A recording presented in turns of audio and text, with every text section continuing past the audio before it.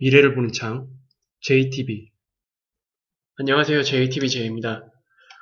이제 드디어 1분기 어닝 시즌에 돌입하기 시작합니다. 구체적으로 이제 다음 주부터 아마 시작이 될 거예요. 그래서 이 1분기 어닝 시즌의 그 결과를 보고 우리는 실적 장세 랠리가 언제쯤 이어질지 좀 더 구체적으로 좀 가늠할 수 있지 않을까 그렇게 생각을 하고 있습니다. 일단 이번 어닝 시즌에서 가장 중요한 거는 지수를 견인하는 주요 기업들의 실적입니다. 어닝 서프라이즈가 나오는 게 굉장히 중요하거든요. 이게 나와야만 실질적으로 실적 장세 랠리로 이어질 가능성이 굉장히 큽니다. 일단 어닝 서프라이즈 기업 같은 경우에는 2분기, 3분기에 대한 EPS 상향 조정이 아마 진행이 될 거예요. 그러면서 이들 섹터를 중심으로 해서 실적 상세 랠리, 그러니까 이제 2분기, 3분기에 대한 기대감이 이제 추가적으로 계속 반영이 되면서 지수가 올라가는 그런 흐름이 이어지지 않을까 그렇게 예상을 하고 있거든요. 일단 삼성전자가 가장 중요하잖아요. 우리나라 코스피에서는. 삼성전자가 4월 7일 전후로 해서 1분기 실적 잠정치를 아마 발표할 것 같아요. 그래서 이거를 보고 나서 전반적인 우리 시장의 그 방향성을 좀 가늠해 볼 수 있는 그런 기회를 삼아야 될 것 같습니다. 그리고 이제 대형 기업들의 어닝이 이제 나오게 되면 일단 어닝 서프라이즈 기업 같은 경우에는 그 기업과 관련된 이제 1차 벤더부터 해서 이제 밑으로 이제 쭉 달려있는 중소형 기업들이 있잖아요. 관련된 기업들. 그 기업들 그리고 어닝 서프라이즈가 나온 섹터 이 두 곳에서도 좋은 흐름이 나올 겁니다. 그러면 이거는 이제 코스닥 장세에서도 같이 실적 장세 랠리로 이어질 가능성이 굉장히 크겠죠. 그래서 이거를 좀 우리가 확인을 해봐야 될 것 같습니다. 다만 이제 제가 좀 걱정스럽게 보는 부분은 어떤 거냐면 지금 전체적인 시장 흐름이 과거보다 비교도 할 수 없을 정도로 굉장히 빠른 상황이거든요.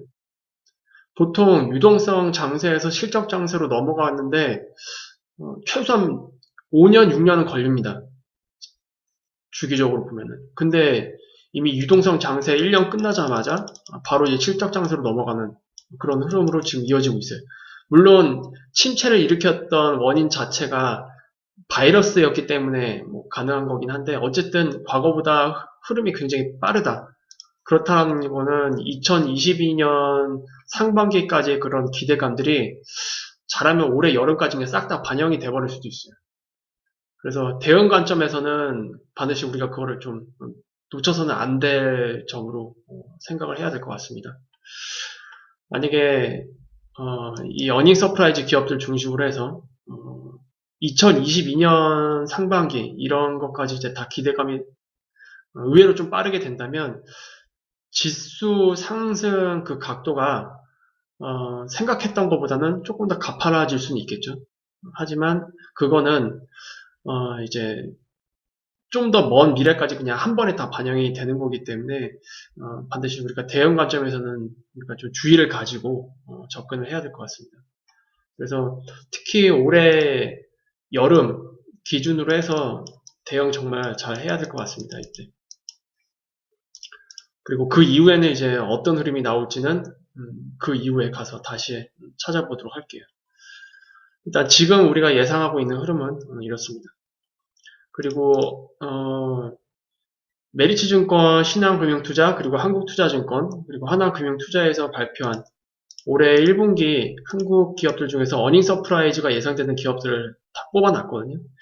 여기 보면 이제 뭐 반도체 쪽에서는 우리나라 코스피의 지수를 거의 견인하다시피 하는 그런 기업들, 삼성전자, SK하이닉스 이 두 기업이 껴있어요. 다행스럽게도. 그래서 삼성전자, SK하이닉스에서 어닝 서프라이즈 그 규모가 어느 정도 되는지를 일단 살펴봐야 될 것 같습니다. 그리고 그 외 디스플레이, 특히 OLED 쪽이 올해 좀 많이 성장할 것 같거든요. 그리고 전자 쪽은 이미 뭐 많은 그 기대감이 지금 계속 반영이 되고 있는 상태죠.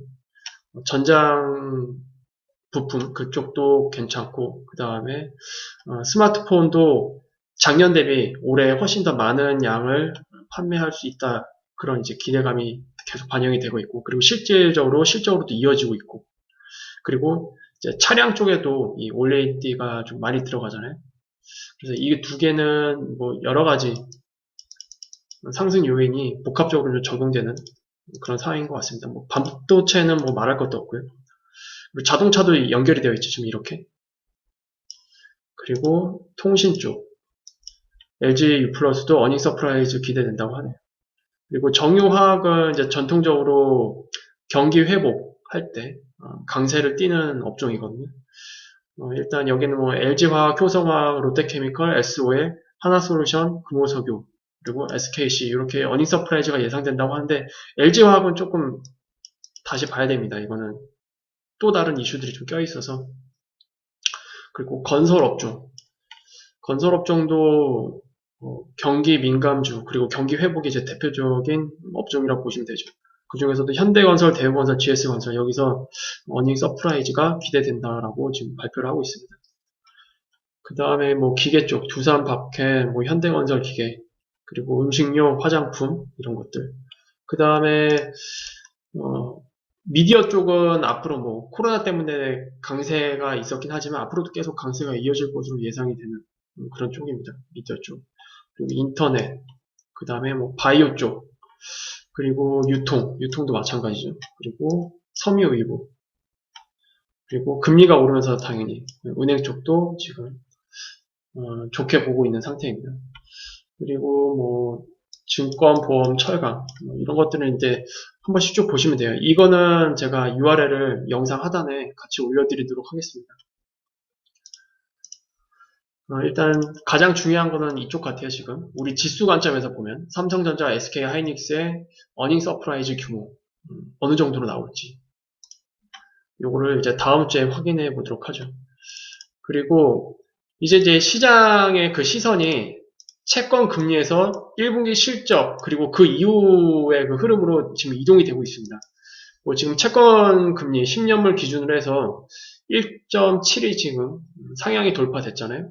그런데도 불구하고 몇 주 전까지만 해도 만약에 이런 상태가 놓여 있었다면은 아마 주식시장이 한 번 더 밑으로 발작하는 그런 흐름이 나왔을 텐데 지금 전혀 신경 쓰고 있지 않은 상태입니다.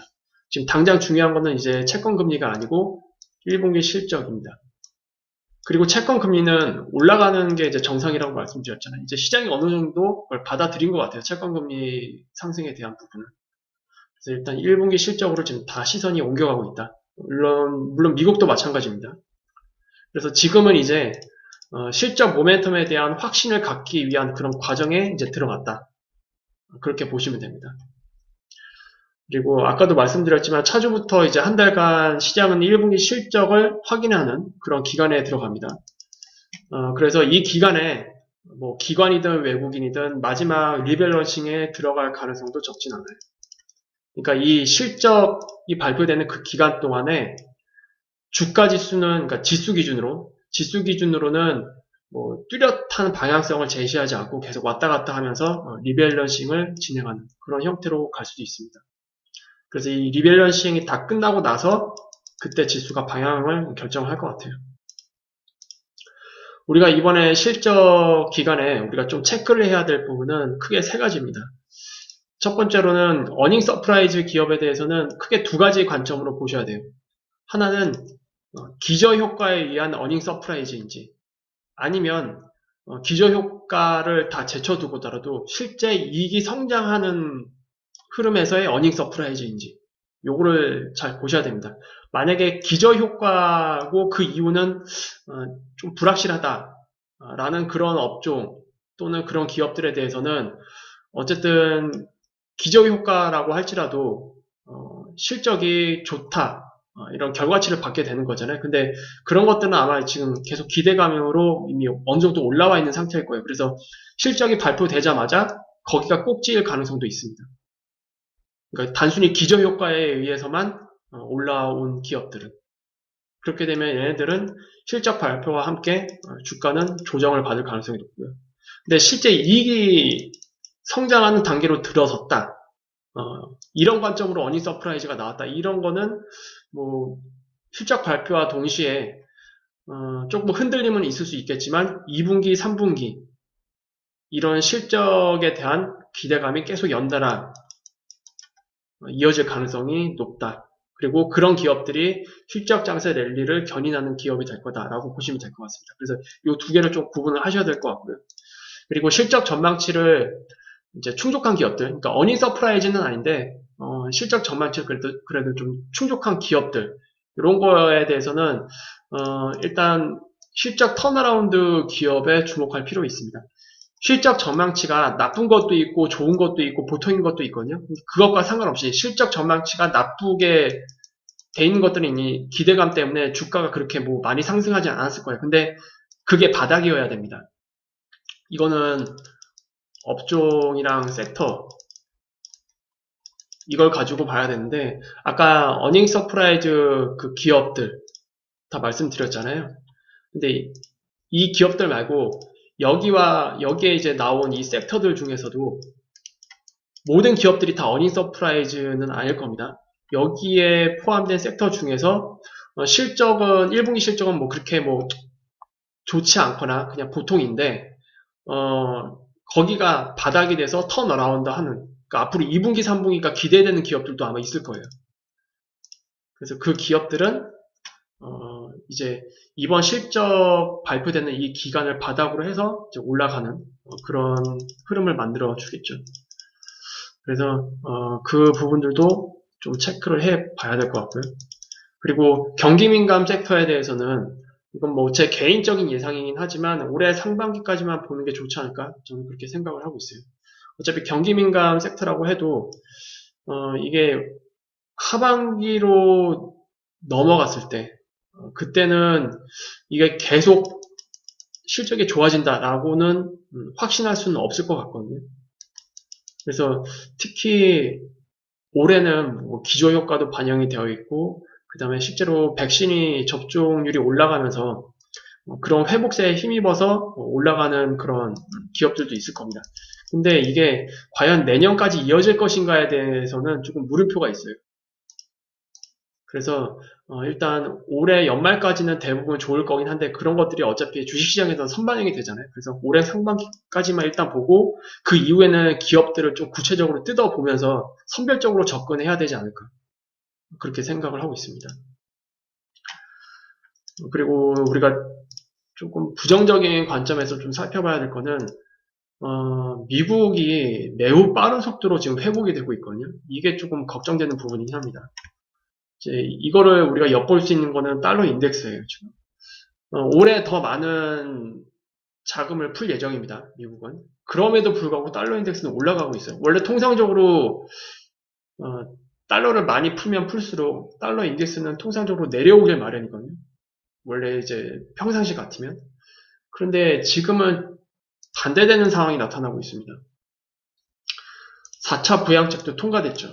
그리고 인프라 부양책에 대해서도 3조 4조 달러를 지금 이제 추진하고 있죠. 그런데 달러 인덱스는 오히려 지금 올라가고 있습니다. 이게 결국 백신 양극화가 만들어낸 환율 영향인 것 같거든요.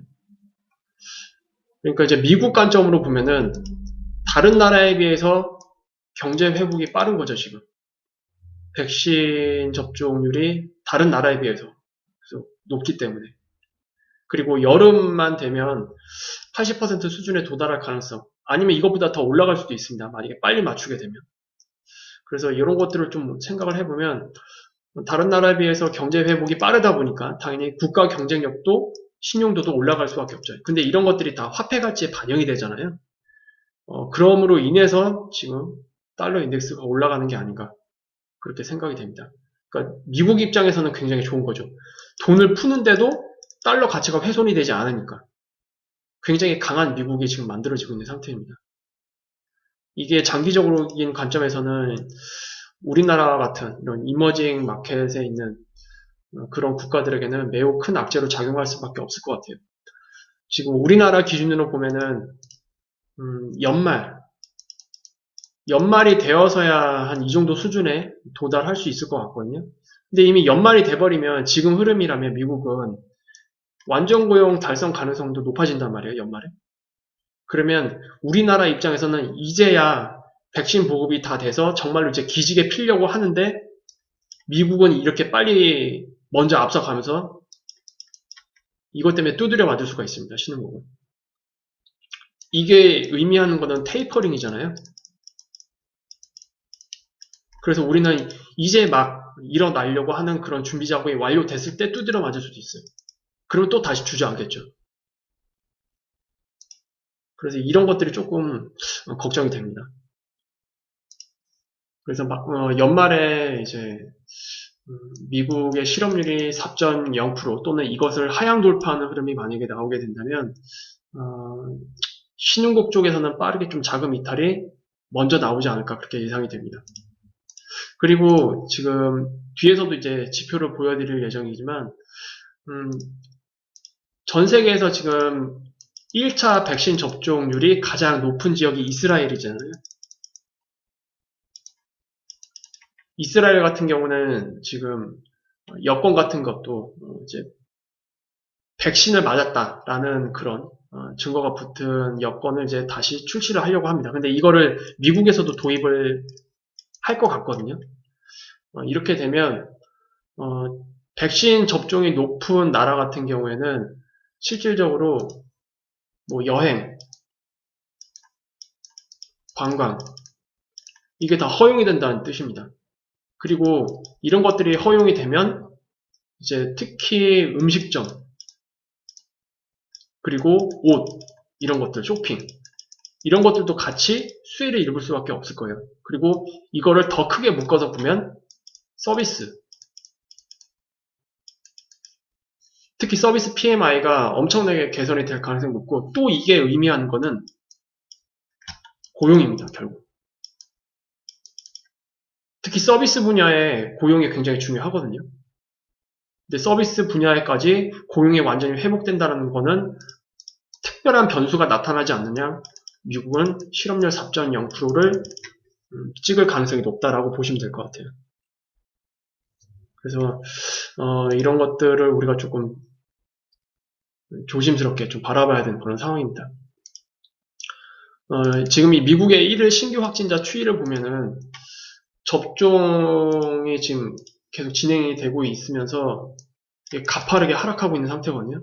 그리고 이스라엘을 볼게요. 이스라엘 모델을 보면은 이제 우리가 딱 알 수가 있습니다. 이스라엘이 지금 오늘 기준으로 해서 1차 백신 접종률이 90%가 넘어간 상태거든요. 지금 현재. 근데 지금 1일 확진자 케이스를 보면은 거의 코로나 초기 있죠. 초기 수준까지 다 떨어졌습니다. 1일 확진자 추이가. 그렇다라는 거는 미국도 여름에 이 정도까지 떨어진다는 얘기예요. 이 정도 수치까지 더 떨어진다는 얘기입니다. 이스라엘 모델을 근거로 했을 때. 그래서 지금 환율 같은 경우에는 실질적으로 이런 것들을 예상을 했을 때 그냥 바닥을 찍은 것 같아요. 일단 달러 인덱스의 바닥은 찍힌 것 같고 단지 이 구간 있잖아요. 이 구간. 이게 뭐 계속 이렇게 올라간다는 뜻은 아닙니다.